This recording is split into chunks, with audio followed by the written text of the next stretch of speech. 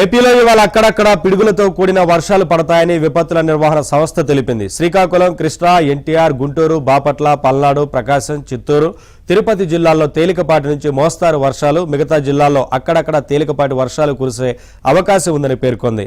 కాగా కృష్ణా, గోదావరి, వంశధార, నాగవల్లి నదుల లోతట్టు ప్రాంతాల ప్రజలు పూర్తిగా వరదలు తగ్గే వరకు అప్రమత్తంగా ఉండాలని సూచించింది.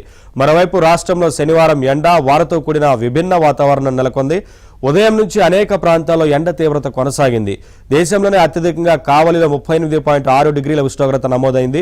2 రోజుల క్రితం తీరం దాటిన తీవ్ర వాయుగుండం ప్రభావంతో సముద్రం నుంచి తేమ గాలులు వీస్తున్నాయి. దీనికి తోడు ఎండ తీవ్రత కొనసాగడంతో వాతావరణ అనిశ్చితి నెలకొని పలుచోట్ల వర్షాలు కురిశాయి. రానున్న 24 గంటల్లో కోస్తా, రాయలసీమల్లో పలుచోట్ల ఈదురుగాలులతో వర్షాలు కురుస్తాయని, మిగిలిన చోట్ల ఎండ తీవ్రత కొనసాగుతుందని వాతావరణ శాఖ తెలిపింది. ఇదిలా ఉండగా అరేబియా సముద్రంలో శక్తి తుఫాను తీవ్ర తుఫానుగా బలపడింది.